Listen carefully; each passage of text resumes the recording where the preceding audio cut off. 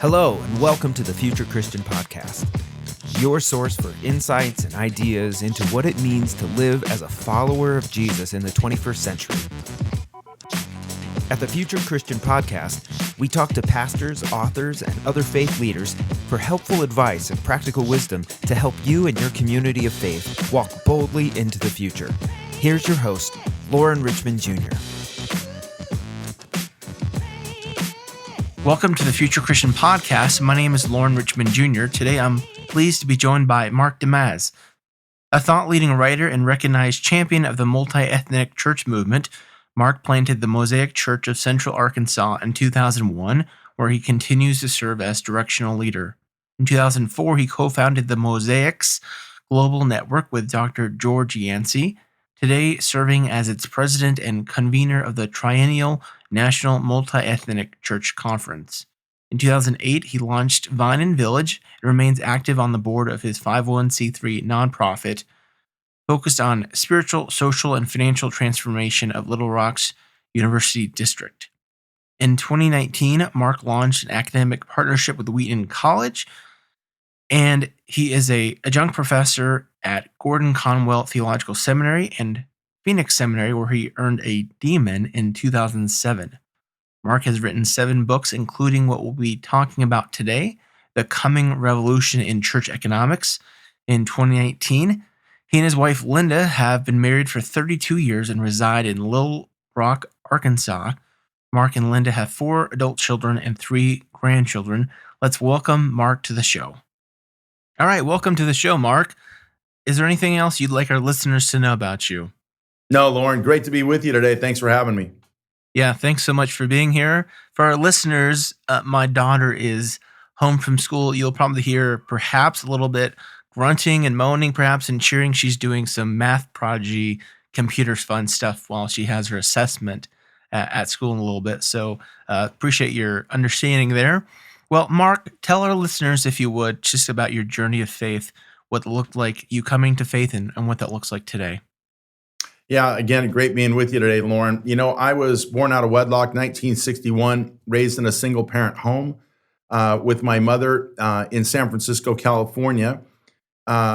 She raised me Catholic, and in terms of my faith journey, but I'm also very blue collar. I mean, my mother, to support us, as you can imagine, in 1961, I think it was about 6% of American children were born into homes without a father. I was one of those. So she was gigging before gigging was cool. You know, she was doing all that, and I was doing it with her. So she had a full-time job with the government during the day. We'd sell Avon on the streets at night. I'd go with her. We had a 5-block territory. That started at age 7. So I've been working hard all my life, just turned 60 in November. So a little bit of my personal background there. But again, she raised me Catholic. We moved to Phoenix, Arizona when I was starting 6th grade. And that's where I was educated in Catholic schools and also by the Jesuits through high school. I was a baseball player and had a walk-on, invited walk-on at a junior college in Mesa, Arizona, played for a year. And during that year, met a couple of Christians on this otherwise just community college team, was impressed by that, had begun attending a church close to that school where for the first time I really made the connection from what I knew in my head about God to wanting Christ to be in my heart and to walk with him. So I became a believer, Christ follower there at 19 years of age, 1980, the summer of 1980, just before my sophomore year in college.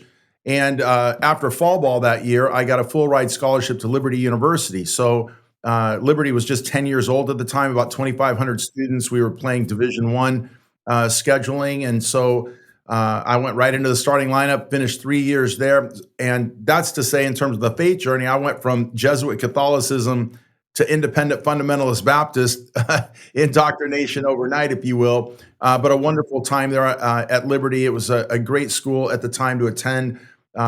So glad for the formation of my coaches there.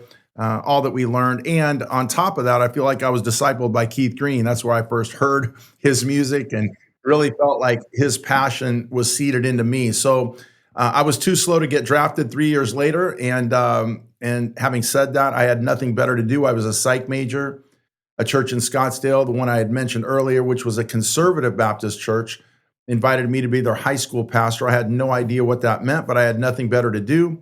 Took that job for $400 a month, living at home with my mom. And a year and a half into it, the pastor came to me and he said, it seems that the kids really respond to you well and they like you. And I go, yeah, it seems they do. And he says, and it seems like you really like doing this. It seems like you're a natural. I said, well, I guess I am. I certainly enjoy it. And he said, you want to keep doing this? And I said, yeah. He said, well, if you want to keep doing this, you can't keep giving your testimony every month or every week. And because every week, because I had nothing better than my story, right? I'd never studied the Bible. And so having said that, I ended up going to seminary at Western Seminary in Portland, Oregon, and met my wife, Linda, there, 1985 to 87, and got right involved again as a youth pastor in a church. We would later go to Germany for a couple of years. To make a long story short, 10 years in student ministries when I was hired here in Little Rock by a large church in 1993. At the time, 2,000 people. 8 years later, it was 5,000. That youth group of 7th through 12th graders went from 150 to 600. My staff from 1 assistant to 9 full-time. We built a $3.5 million student center. I was in the top 2 paid percent of youth pastors in America. I'm living the dream. Everything's awesome until one day in the late 90s, I looked around this otherwise amazing church and realized the only people of color there essentially were janitors. Mm. And that began to bother me, but I didn't know in 1997 why that bothered me, but it began to bother me. And so over the next few years, in spite of doing student ministry and continuing in that church, I had a master's in exegesis at the time, exegetical theology. And so I began to just study for myself the New Testament church, the nature of the New Testament church. I threw out my seminary notes, so to speak, in the commentaries and just read my own homework. I had been taught that the way to plant, grow, and develop churches was to target a people group. That's called the homogeneous unit principle. I had been taught that the New Testament churches were segregated. That is, Jewish believers going to churches filled with Jewish believers, Gentiles to others. Was it true? Were these concepts true and biblical? I determined that they weren't. And I realized that every church in the New Testament outside of Jerusalem was what we would call today a healthy, multi-ethnic, economically diverse church. Jews and Gentiles, rich and poor, men and women, as we say here in Little Rock at Mosaic, walking, working, and worshiping God together as one. With that in mind, then, in 2001, I left that 18-year career in student ministries, the final 8 here at a mega church in the suburbs, and came to the inner city of Little Rock. 66% of kids without dads in the home at the time, 30% crime, highest violent crime in the city, 30% of homes at or below poverty, to chase what Christianity today would call 3 years later a big dream in Little Rock. Could, in fact, diverse men and women will themselves, again, to walk, work, worship God together as one? And Lauren, we're coming up 3 months from now on our 20th birthday. Hard to believe that it's gone that long. Hard to believe that we've made it, so to speak. And we just are centered on that verse as we have been from the beginning, 1 Thessalonians 5:24. Faithful is he who calls you, that he will do it. Yeah, I love that scripture. Well, thanks for sharing that, Mark. I'm curious, what are some spiritual practices that have been meaningful for you or you might recommend to others? Yeah, I'll share those or share this with you, Lauren, and your listeners. Like a good preacher, I suppose, I'm going to alliterate 4 words for you, right? Yeah. Passion, prayer, patience, and persistence. Yeah. Passion is rooted in a deep search for calling and a connection with God to find it for yourself. Mm-hmm. So passion is the beginning of everything. That's my time with God. That's my search with God for what it is you would have me to do at a macro level, at sea level. 21 years ago to establish this church on a daily basis, but connecting again with God, finding my passion and my calling. Passion is rooting and calling, my experience with God, my search, my discovery of what it is he has for me to do at a macro level in a season of my life, and as well from day to day. That passion then drives you to prayer, right? Because we have to embrace dependence, certainly in this kind of work in the inner city, to create a healthy, multi-ethnic, economically diverse church, to do the work of justice, compassion, and mercy in a synergistic and an effective way, to be culturally intelligent, to be financially sustainable, these types of things. These kinds only come out through prayer and fasting. So rooted in my passion, which comes from my experience with God, I then begin with prayer. But then in terms of getting beyond that, I take intentional steps. And those are the steps that we take to chase that dream, that I take to chase my own calling, our collective calling as a church, beginning and rooted in prayer and passion and prayer, but then with intentionality, the exercise of patience and persistence, learning to play the long game, for instance, depending upon Christ, and yet getting up every day and working as hard as I can to advance the kingdom of God. And to do so, again, playing the long game with patience and persistence. In terms of church planting, I'll just say this for what it's worth. And I believe that it really is about more than just church planting, but specific to church planting, to establish these types of churches, certainly we believe it takes about 7 to 10 years to move from survival to stability. Yeah. And another 7 to 10 to go from stability to sustainability. So, but those 4 P words, passion, prayer, patience, persistence, those characterize our work and characterize my life over the past 20 something years. Yeah. Yeah, this is good stuff. Mark, I don't know if you remember, I was thinking back, I think it was it last summer, 2 summers ago, you did a little online seminar for my denomination, Christian Church Disciples of Christ, which I remember you mentioning some of this stuff, and it was very helpful. So I don't know if it's still available from the New Church Ministry of the Disciples of Christ, but I'm sure you have plenty of other resources out there for folks who want to connect more for church planning ideas. Yeah, for sure.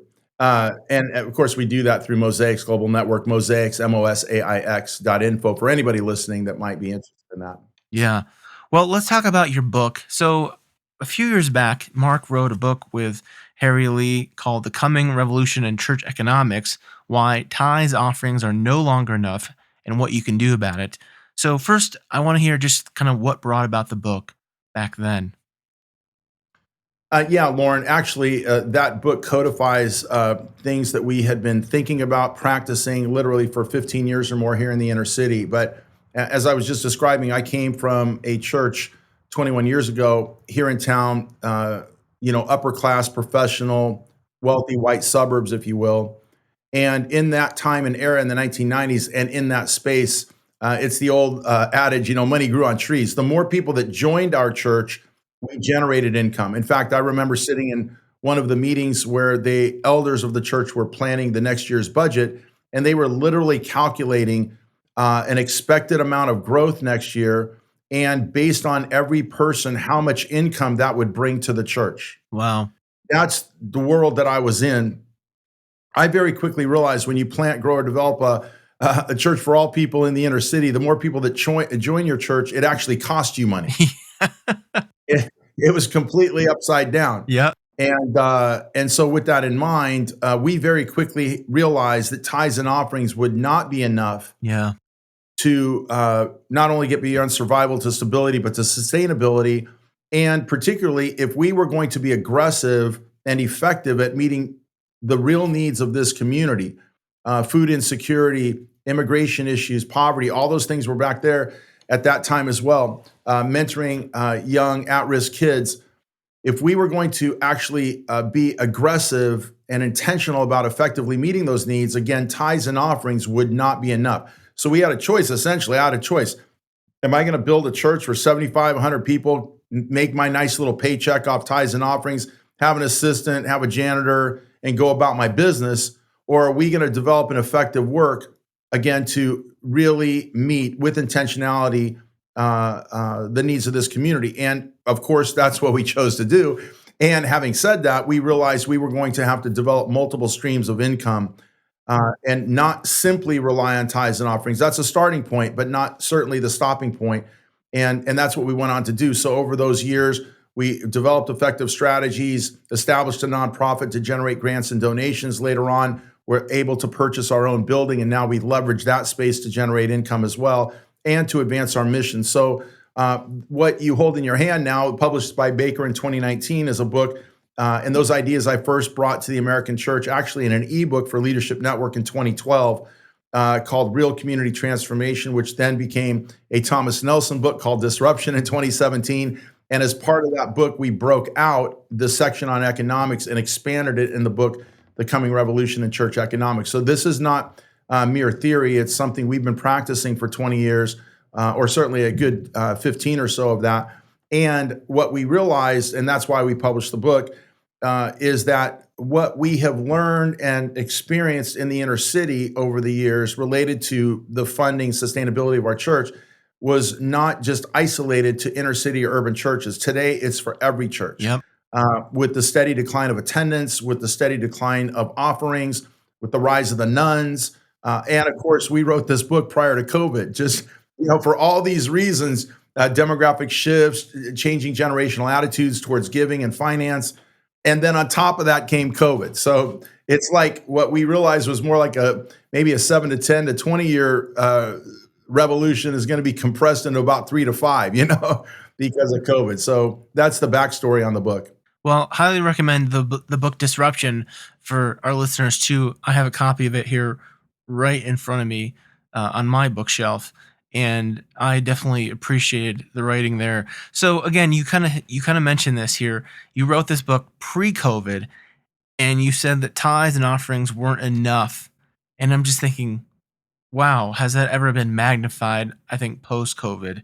What are you seeing now that kind of just reinforces that, or some of the struggles you encounter as you talk to pastors? Yeah, for sure. I mean, like we're mentioning, COVID,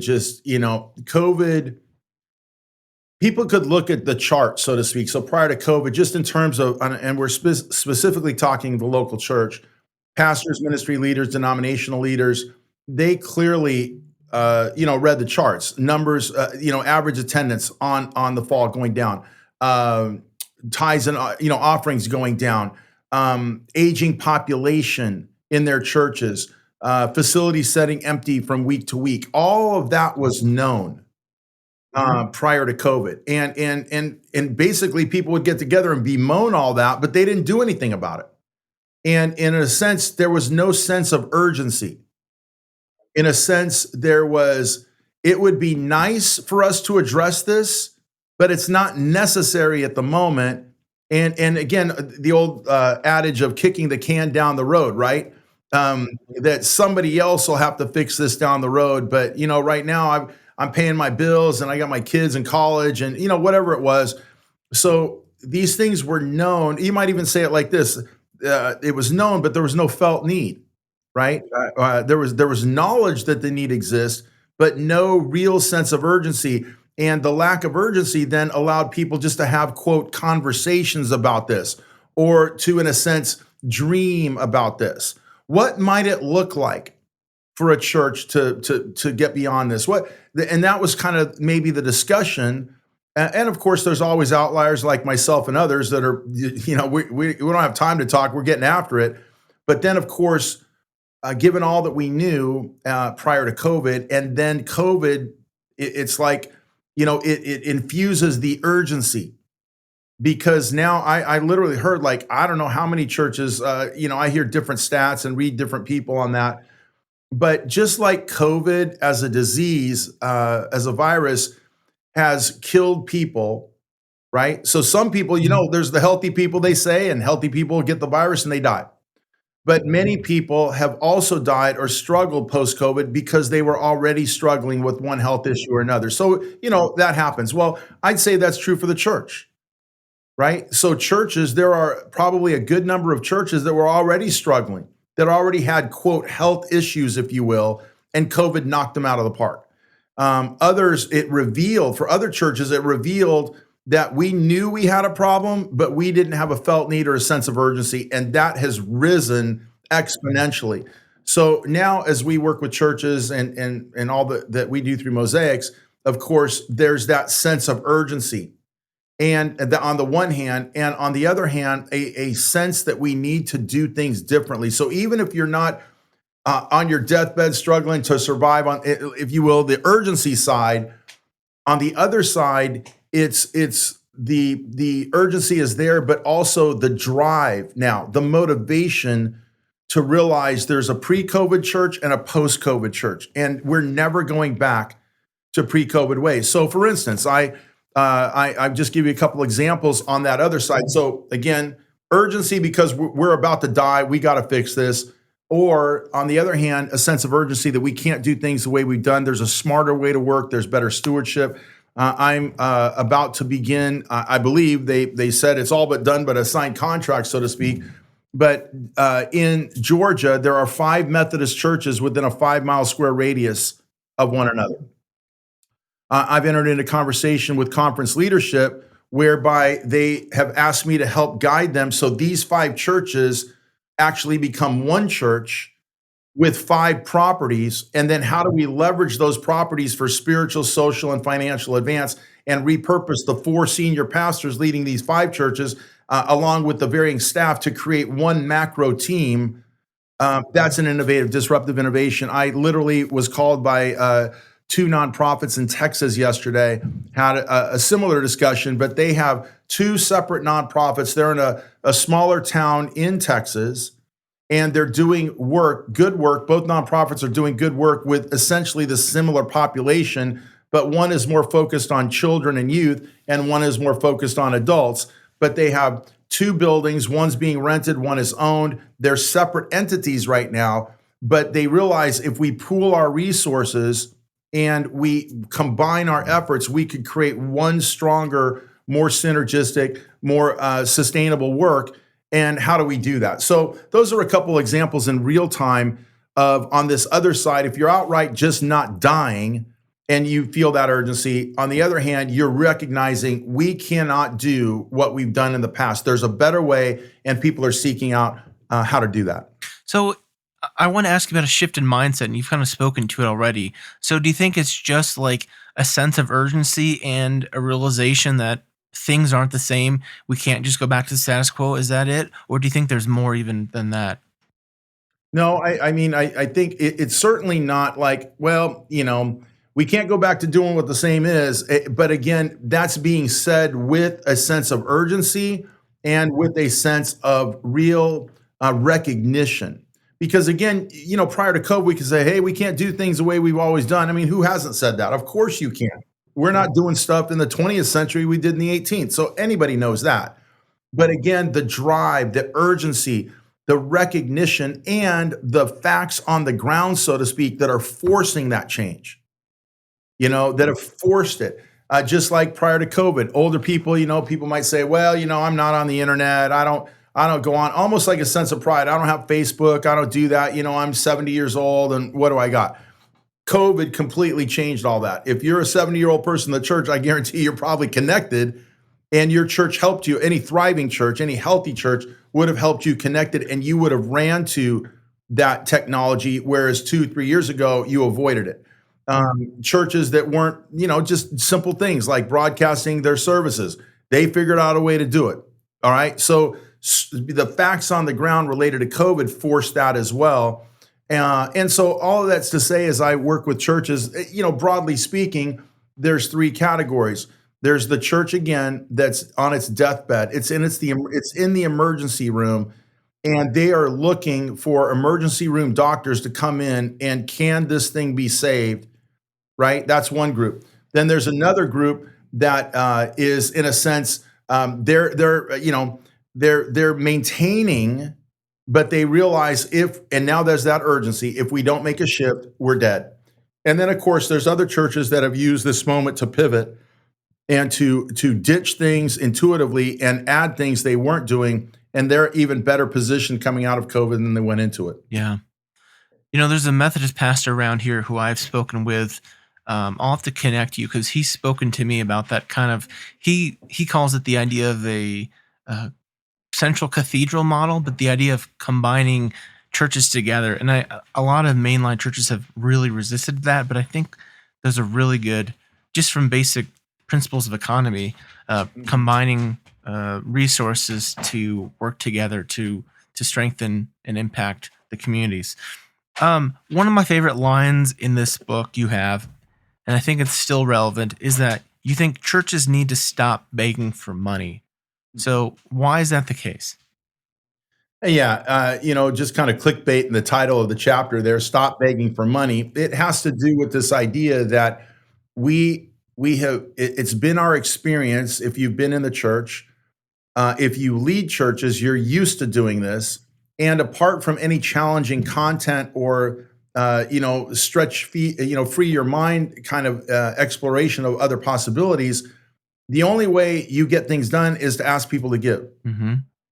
And so an entire industry in American church called generosity has been risen up. Mm-hmm. And that's just a lot more palatable a term than donate or get. Let's be generous. But really, any pastor telling you to be generous, they're saying, give me more money, give the church more money. Let's just be honest about it. Yeah. So it's couched in generosity. The problem is we've got an industry of generosity, but we don't know anything about stewardship, because stewardship in the American church is management. Mm. But that is not biblical stewardship. Biblical stewardship is, you gave me 2, here's your 2, and I made you 2. Yeah. Here's your 5, and you gave me 5, here's your 5, and I made you 5. One guy sat on his asset, and that guy was called a wicked, lazy steward. Yeah. So you have the mindset is, if we want to get something done, we're going to have to, quote, go beg for money. We're going to have to create a campaign. We're going to have to go through all that you do. And by the way, we just did, I lead 2 churches. We just did year-end giving appeals, if you were, not full-on campaigns, but appeals. Right. And in both churches raised about $250,000 to $300,000, which is a lot of money in both those contexts. So I'm not against that at all. I just want to be really clear. But what I'm saying is, there are other ways, and there must become other ways that we seek to generate sustainable income beyond the donation side, beyond generosity. So in other words, if that's all you're doing, even think of it a year-end campaign. You might say to your folks, hey, we want to do this next year. It's going to cost this. Everybody give. Okay, they do that. Then the next year, hey, we need to do this. Okay, eventually, smart people are going to go, man, every year you're asking for, how are you spending the money, and how are you leveraging these assets to generate income apart from the appeal? And so that's really what the chapter is about, is recognizing that, and really the whole concept, of course, that tithes and offerings are not enough. Sure, we're going to do year-end appeals. Sure, we're going to ask people to give. It is a part of biblical generosity. But at the same time, we have to exercise and learn what stewardship actually is, which is not management. Management's a part of stewardship, but it is not ultimately biblical stewardship as defined by Jesus. And once we realize God has given us assets in the form of people, in the form of money, in the form of facilities, right? And then we leverage these assets, people, money, and facilities, to essentially get even more. Now, I'm not talking necessarily, although that's a part of it, is generating more income, but our goal is not to get rich. I mean, we're not, this isn't like capitalism in the church, like we're going to make all this money. No. What we're talking about, though, is leveraging assets to advance our mission, bless the community, of course, but at the same time, generating some measure of sustainable income. If people listening don't know what that is, sustainable income is something that is replicated, can repeat. If I own a house and I'm renting it, right, and I'm used to getting renters, well, that house, that asset is generating, quote, sustainable income, because I've got a product there that I can sell, and people are always going to need a house, and there's always going to be a rent roll for that house, and I don't have to do anything other than own the house, right? And so that's coming in, or renting a building. I mean, so so the bottom line is, sustainable income is money that if I sell you a shirt, and once the shirt is sold, it's gone. If I ask you to give, hey, everybody pitch in and give me, give the church $1,000, and once I spend that $1,000, it's gone, right? So imagine if you were to get a salary for life, and somehow magically, somebody said, hey, the government is giving you $5,000 a month for the rest of your life. Well, in a sense, that's sustainable, because the government, as long as there's a government, they're going to send you a check for $5,000 a month, let's just say. So you could consider that sustainable. It's income that's going to continue to come in. And sure, you have to make some adjustments. If I rent a house, I'm going to have to spend a little money and fix the roof every now and then. But generally speaking, I can count on that asset from month to month, year to year, to generate income. And that is sustainable. So that part is, it's not just management, it's stewardship. And stewardship requires that level of sustainability and thinking, how do we leverage people, money, and facilities to generate sustainable income in addition to the tithes and offerings, so that we can sustain our work long-term and advance the kingdom of God.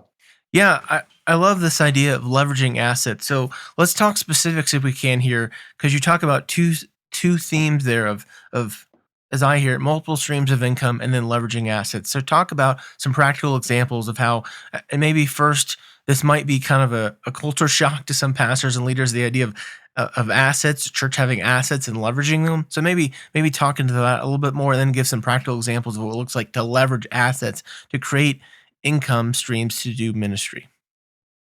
Yeah, so let me give you take a step back if you're listening to this and have interest in this topic. What we're talking about, and Lauren knows this because he's read Disruption and the book we're talking about. Think about an American football team. An American football team is actually a team of teams. There's actually three teams: offense, defense, special teams. The players that play the games are all different players. Like Tom Brady never plays defense, right? Yep, they're not on the field at the same time. They have their own coordinators. They have their own playbooks. They have their own metrics. You never ask the defense, hey, how many points did you score when they come off the field? They'd say, that's not our job. That's not what we do to help the team win. So if you think about it like that, these three teams are separate. They have separate metrics, but they have to play synergistically to win a big game. So you could have a great offensive performance, but if your defense can't stop the run, you don't win. Or you could have a great offense and defensive game, but at the last 3 seconds, the field goal hits the upright, snap goes bad, you lose the game. So the point is, to win big in American football, you have to have three teams functioning at a high level synergistically and minimizing mistakes, or you don't win. Think about, let's use that analogy for the American church. We have a one-dimensional game. Yeah. Let's call that the spiritual game. We have an offense, but we don't have a defense and we don't have special teams.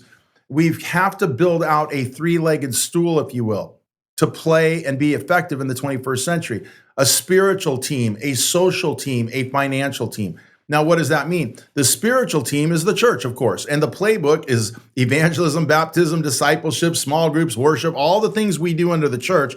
But the disruptive innovation is we're going to have to develop healthy multi-ethnic churches to reach an increasingly diverse population.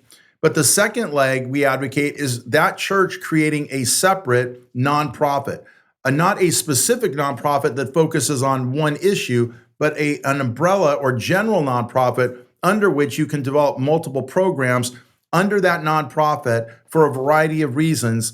And then the third leg, of course, is what we're talking about, leveraging assets to generate ROI, the financial leg, for-profit business income in a benevolent way that generates sustainable income. Now, if you think about it like that, let's call that spiritual, social, financial, just like we said, offense, defense, special teams. How does the church make money? If we're talking about making or generating income, the church generates income through tithes and offerings. Then you add to that the grants and donations that a nonprofit would qualify for, would be able to apply for at a local, state, or federal level. Other churches will give your church money when you're doing social justice, compassionate, and mercy work, because maybe they don't do that work, but they have a heart for it. In our case, we have the largest food distribution in Little Rock.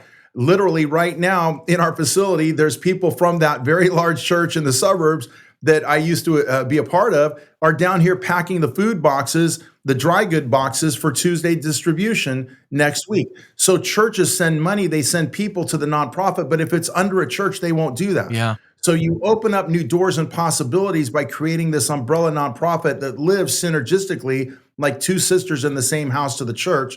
And again, that generates income through local, state, federal grants, donations, et cetera, from other people, not just in terms of money, but resourcing people, resources. And then that third leg, again, the financial leg, the for-profit side, that's where we're leveraging an asset like a building and saying, could we rent this space Monday through Friday to generate some measure of income? Are there businesses that we could start? Instead of paying for janitorial work, what if we used our money to start a janitor company, put a few people to work, let them get contracts out there, take net profit, and that pays for janitor work in our church, and we recoup money of tithes and offerings? What are things we can do, things that we're already doing as a church that could be monetized? Maybe we're giving away free coffee. Maybe we have a very nice coffee station, but we just use it to give people free coffee. Well, what if we monetize that work so that we can sell some baked goods or whatever things that'll pay for the free coffee to people? And then again, our tithes and offerings can be recouped to go more to direct ministry. So at the end of the day, that tithes and offerings plus grants and donations plus for-profit business income, you put all that together, and that's how your church not only survives, but thrives financially in the future. So leveraging assets, and this is the idea of creating multiple streams of income by structuring the church like a football team and getting those three teams playing and those incomes coming and helping you. Now, leveraging assets, again, build people, money, and facilities. People are not just people that are in your church, but it's also people they know. Yeah. Right. And what can they bring to the table to help in terms of both the nonprofit and the for-profit? For instance, I tell pastors, let's just use the simple coffee shop illustration.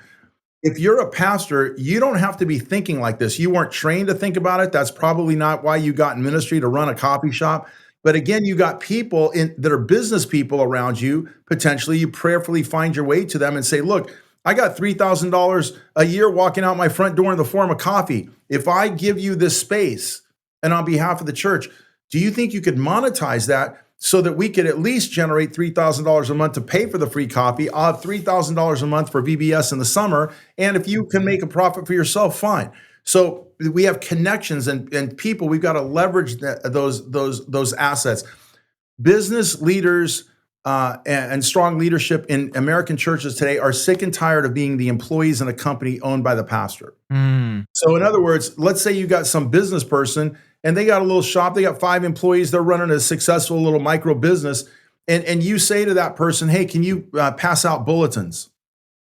You just made that entrepreneur an employee in your company. Or you might say to them, hey, we've got this thing called First Impressions. Can you kind of put all that together? I know you have a business. You think you can help us figure out how to make a better impression on first-time guests with all these moving parts? You just made that person a manager. But if I say to you, I got a coffee shop losing $3,000 a year, here's the equipment. You think you can turn that around and generate a profitable income that'll bless you, the community, and the church? Those people lean in. They want to be owners. They want to be owners. They don't want to be an employee and a business and a manager. Free them up to be an owner. That's how you can use people. Money, like we're talking about, it's not just money we might have or don't have in the bank, but again, a collective church can aggregate money. I just mentioned in 2 churches that I lead, we leveraged the money in that church and collectively made an ask of the collective congregation, and very quickly, within a few weeks, in both those instances, generated $250,000 to $300,000. Now, imagine if I'm a business person and I got to go out and try to get investors to give me $200,000 or $300,000. How long would that take? This too is an asset because we not only have the people, but then they have money. And when we pool our resources, we can quickly aggregate money. That's an asset a church has. And then again, the facilities to rent, spaces that you're using and that are otherwise sitting empty. We can turn that into profitable income, bless the community, and we can do that in a timely way. I'll just tell you, one of the churches I'm leading right now in Columbia, Missouri, when I got there, we talked about patients bleeding out in the emergency room. That's what I was hired to come in and help this church with. Last April, that church, and for the first 3 quarters of last year, that church had lost its lead pastor, but in part, the reason he was gone is because of the financial upside down, things that were happening. But just on the money part of that church, 8 months ago, that church was, and for the first 3 quarters of last year, it lost $35,000 on average a month. Wow. On average a month. That's over, you can do the math, how much money that is over 10 months. We've cut that now to $10,000 a month. And we're on our way to more. Leveraging by cutting fixed expenses without losing staff, and also by generating income. So here's this 10-acre property with 2 gyms, down to like 250 people. But literally this month, a few weeks ago, let me back up. Prior to me coming, this church, every now and then somebody might rent the gym or something, and they were generating on an annual basis less than $10,000 a month. I'm sorry, less than $10,000 a year for people just renting space. And they had plenty of space. This church used to be 2,500 people. So imagine how much space they have. 2 gyms, student center. Okay. They're getting less than $1,000 a month. Their mortgage is $19,000 a month. So if you think about the income, how much money are we generating from leveraging the asset of this facility against our mortgage? $10,000 is less than 5% of $19,000. So 8 months ago, the church, in terms of leveraging that asset, was generating less than 5% towards its mortgage. In the fall, we moved into an area that was not otherwise being used, organization in that city that now pays the church $2,000 a month. Okay. And then just this month, we took 50% of the existing classrooms that were not doing anything and rented that to a local school that is a startup school, that's a nonprofit school working with at-risk kids. And they started with 16 kids, and that school started for 6 months paying $1,200 a month, and by July they'll be paying $3,000 a month. Wow. Now, if you're tracking with me, folks, here's what that means. 8-9 months ago, this church is burning $35,000 a month. They got a couple $100,000 in the bank. If nothing changes, they're going to be dead in 18 months. Okay. We've taken that church from, say, 5% towards the 19,000 to today 22%. And by the summer, we'll be at about 33%. In other words, 33% of the mortgage is being generated by leveraging the asset. In our case in Little Rock, prior to the pandemic, and by March, we'll be back to this level by renting space here to good business and nonprofits that are blessing the community. By March or April this year, we'll be back to generating $12,000 a month on our property against a $16,000 note. So if you're listening, folks, what I always tell people, especially if you have a facility, many people have a facility and they have a mortgage. That becomes your goal. How could we leverage our asset, the facility, and or monetize things we're already doing, and or start businesses to make the mortgage payment? Because then you can look your people in the eye and say, not one penny of your tithes and offerings given as unto the Lord and for the Lord's work is going to bricks and mortar. And you can say that to them because we are practicing good stewardship. Let me ask this, and we can take a break after this question, but I'm curious, thinking about one of my passions is new church, thinking about new church and buildings. Buildings are one of the biggest assets for a church to use, at least as I've heard you. What would you advise a new church getting started? Like, would you advise them to get into a space that they can leverage for income? What are your thoughts? Yeah. And again, I was there. It took us 12 years to purchase our own building, so I totally understand all this. There's when you're starting a church, obviously you don't typically have money, you don't have assets, you don't have a building. Okay. That is not, though, that does not have to be a limiting factor related to what we're talking about. When we had nothing, there was a shopping center in the area that we wanted to be. It was for sale. I didn't know it at the time because I was looking at a 17,000 square foot abandoned bowling alley.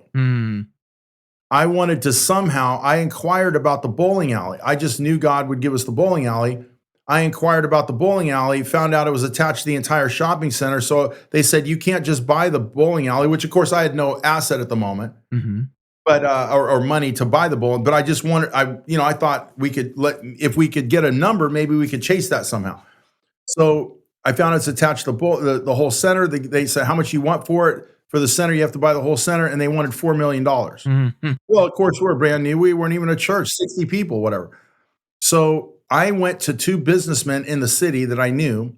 I told them the situation, and 1 year later, they offered $4 million on that property. They were going to buy the shopping center. It would float through the rent roll, so it would be profitable to them. And then they were going to cut off the bowling alley and give it to me. Wow. Okay. It took a year to put that deal together. By then, the University of Arkansas at Little Rock, which is in our community, showed interest in the property, and then the price changed to $6 million. So my guys pulled out, and the university bought it for $5.25 million. Now, and that deal fell through, if you will. Yeah. But even though it didn't work for me, doesn't mean it couldn't work for you. Yeah. So think about if there's a little strip mall of 5 little stores, maybe. And of course, we're always advocating going to under-resourced and abandoned properties, but maybe you could network your way to people that would buy that and allow you to operate for free and someday buy the center or buy it for you, or you could buy the center yourself with good business and partner with somebody to that the rent rolls from 4 shops pay for the whole thing, and that's how you can get a building and you didn't even spend any money for it. My wife and I 4 years ago, we bought a house on a lake here in Central Arkansas. And we went to the bank because we bought it when it was, people were living in it, but it was like basically 20th century. It needed, tons of work. My wife's like an interior designer. She's like, don't look at the house, just look at the view. Yeah. Well, we went to the bank and we showed them, here's the price we can get it for. And if you will loan us X amount of dollars, here's what we're going to do in terms of renovation. And when we get done, the house is going to be worth this. So we bought the house for roughly $295,000. Today it's worth almost $500,000. And the point is, when we proposed to the bank to do this, they saw the economics in it, and they gave us the loan to buy the house and the money to renovate the house because and we didn't put a penny down. We didn't put a penny of our own money down. We borrowed the down payment. We borrowed the money to renovate the house. Because when we got done with that renovation, there was more than 20% equity in the house. Yeah. Okay. Now, again, I'm probably explaining things that it's taken a lifetime to learn, and Lauren's got an MBA. He can teach us all. And you may not understand any of this if you're listening. But my point is, pastors and church planners, don't be limited. Don't go with a mindset of scarcity, because where there's a will, there's a way. Yeah. And by partnering with people, you can do it right there in Denver where you're at, Lauren. There's a EFCA church, a Wesleyan church downtown Denver that partnered. They couldn't afford a building. There was a nonprofit. They couldn't afford a building, Christian faith-based nonprofit. So they pooled their resources. They bought a building downtown and they share the space. So there are many ways to get this done. And the thing is, but don't give into a mindset of scary. Well, if we only had money, we could buy this building. Yeah, I think that's so important. So let's take a quick break. We'll come back with some closing questions. All right, we're back with Mark DeYmaz, and thanks so much for your time, Mark. You can take these closing questions as seriously or not as you'd like to, but if you're Pope for a day, what do you want to do? What's that day look like? That kind of thing. Yeah, that's funny. I typically don't say Pope, Lauren. I say if I was king for a day, and I'm particularly thinking about United States. Yeah. But if I was king for a day, I would force every church in America to do CQ assessment and training. It's called cultural assessment, CQ, cross-cultural assessment and training, as offered by the Mosaics Global Network at mosaics.info. I won't give you, quote unquote, the sales pitch for it, but the point is, we can't just keep guessing and chasing random remedies in light of the cultural, the political, the racial, political, social upheaval, the angst of our time. Churches are just guessing at what to do, and they're just chasing one random remedy or another. They don't really know, if you will, what is right and or wrong. What are the possibilities, opportunities for their own body? In other words, before a doctor writes you a prescription, they check you out. You get a physical, you do an MRI, and you find out, you find out exactly where your body is at. And then on the back end, doctors can treat that with specific remedy and prescription. CQ assessment and training is a way for churches and organizations to, in a sense, go into the MRI tube as a collective body, go into this MRI tube that measures your cross-cultural intelligence. What is your motivation to engage diverse people? What is your knowledge of diverse people? What are your strategies in action? Are they effective? Are they not? Do you think more individualistically than collectively, et cetera? So this 15 to 20 minute assessment taken by individuals on a staff or team, leadership team, gets aggregated into a group report. We do the theological and practical training off that to pull you out of the MRI, read the report as doctors, go over the report, if you will, with the body, and then write prescriptions so you can improve your cross-cultural intelligence to better advance the gospel in a credible way in an increasingly diverse society. So again, I say it all the time. If I was king for a day, I would make every American church every church in America and every faith-based nonprofit go through CQ assessment and training. Well, how about this? Since you're not King for Day, this is only imagination. For practically speaking, let's get a discount code for our future Christian listeners so they can get a discount on the CQ assessment. We're going to do some Yeah. big strategy here live on the podcast. Yeah, no, that's all right. What I would say to that is if you are listening and you're interested for your church or organization in doing that, I just say hit me up. It's real easy on our website at mosaics.info, MOSAIX.info. There's a button on there. It says, have a conversation or something like that. And that'll take you to my colleague who will eventually get to me. And then when we chat about these things, you'll just say, "Hey, I heard you on the on Lauren's podcast, right? You've got a name for the podcast. It slips me. The Future Church, I think, right? Future Christian. And then we'll give you some measure of discount towards the cost of CQ assessment and training. I'll work if we can see if we can get a link in the show notes after the fact here. Okay. A theologian or historical Christian figure you'd want to meet or bring back to life. Yeah, the Apostle Paul. The Apostle Paul, the Gospel of Paul, Romans 16:25, Colossians 1, Ephesians 3, is Gentile inclusion and what would have been an otherwise all Jewish church, salvation, and kingdom of God. I feel like I, over 25 years, have really gotten to know the Apostle Paul. I feel like I walk in his footsteps. I feel like I'm his little brother. I feel like I understand him, and I'd love to sit with him and to compare notes, so to speak, of how he lived in the 21st century to advance these principles that today myself and many others like me are advancing in the 21st. Yeah, that's great. What do you think history will remember from our current time and place? Wow. I hate you're going to have everything from the 100-year pandemic, of course, to Christian nationalism and January 6th, and you're going to have, obviously all of that. But what I hope that history will remember is there were Christ-centered people and churches who were faithfully pursuing a church for all people, not just some people. And when church history looks back on the 21st century, that it'll be the era of the rise and effectiveness of healthy multi-ethnic churches. That's a historical question. As you know, you look back in epochs of time, at the end of the day, they're summed up in one word. You think 3rd century, you think, Constantine and essentially the Roman church government, if you will, take over the church or the enmeshment of it. You think, the Reformation in the 15th, 16th century. I mean, the entire 100 years is summed up in a word, Reformation. Yeah. So if I think about it in terms of church history, let's say God tarries and 500 years goes by, what will they say about this century? I firmly believe this. It is the century of the multi-ethnic church. This is when churches around the world, because of diverse populations, for the credibility of the gospel, are being forged into healthy multi-ethnic communities, figuring out how to do it. And I think that's what this century, that's my hope it'll be remembered for. Yeah, I love that. It sounds like that's your hope then. Would you say that's your hope for the future of Christianity, more multi-ethnic churches living out the gospel?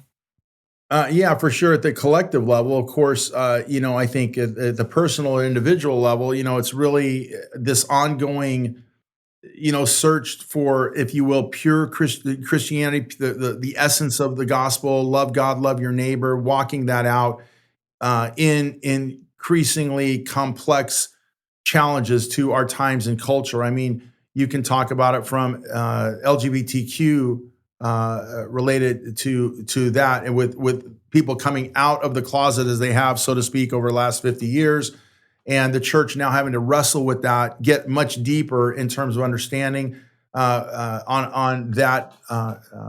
It's not an issue, I understand that, but just on the complexities of that, we're having to wrestle and go way deeper than we ever had in a positive way. I think that's a good thing. Culture doesn't inform the church, but culture is always forcing the church to think more deeply about subjects it might otherwise ignore, not want to deal with, et cetera. So, and that's just one of these critical concerns in our time. But I'm looking ahead even to things like AI. I mean, what's coming down the road is you're going to have robots in houses that are going to want to get baptized. You're going to have, you're going to have a 7-year-old girl, talking to her mom, why can't, Anita come to church with us? And then what do you mean Anita doesn't have a soul? And things like that. So, and there's so much complexities. You're not going to need a church. It's all going to be in the metaverse, right? Yeah, you don't need your staff teams are cut in a half and a third because you got robots on staff, they look like Martin Luther, they speak like Martin Luther, they preach like Martin, they counsel like Martin Luther, or whatever, and they're going to be on staff. So the complexities that are coming with AI are just off the chain. It's like no eye can conceive or imagine, I suppose, what's coming in the next 50 to 100 years. Again, should the Lord tarry. So, at a personal level, we're going to have to wrestle with all that, think deeper, and engage more effectively than I would say the average Christian is doing now, and move away from nationalism and the enmeshment of Christianity with the American church or with the United States. But that at the collective level, yes, churches are going to have to become collectively healthy, multi-ethnic, and economically diverse, socially just, culturally intelligent, and financially sustainable in the ways we're talking about, or you're just not going to survive. Or if you do survive, you're going to be marginalized and non-effective at reaching diverse people and people that don't know Jesus if you're not those things. Well, your talk about AI reminds me of a conversation I had on the pod with a pastor in Florida, in Miami, Chris Bennick. Yeah. He's doing a He's lot. a good friend of mine. Oh, okay, yeah, you know him. Yeah, he's doing a lot with buildings. He wrote the afterword in my book on economics. Awesome. Well, give your websites where people can find out more about you, connect. Yeah, easiest way to get a hold of me and find out what's going on is our network website. Again, I've mentioned it already, mosaics.info, M like Mary, O, S like Sam, AIX like X-ray.info. And by the way, we have a national conference November 8th through 10th in Dallas in 2022. We do that conference every 3 years. This will be our 5th event since 2010. And all the information and tickets, sponsorship, it all goes live. It's all live right now. We'll be announcing it next week as far as opening the doors for ticket sales. But again, November 8th through 10th, the entire network and our family comes together. In 2019, that was about 1,300 people, 112 speakers, 50 sponsors. It's a big event every 3 years, and your listeners are certainly invited. Great. Well, Mark, thanks so much for your time. Appreciate the conversation. May God's peace be with you. You bet, Lauren. Thanks for having me today. Thanks for joining us on the Future Christian Podcast. To learn more about Lauren or the podcast, visit future-christian.com. One more thing before you go. Do us a favor and subscribe to the podcast. And if you're feeling especially generous, leave a review. It really helps us get the word out to more people about the podcast. The Future Christian Podcast is a production of Torn Curtain Arts and Resonate Media. Our episodes were mixed by Danny Burton, and the production support is provided by Paul Romig-Levitt. Thanks, and go in peace.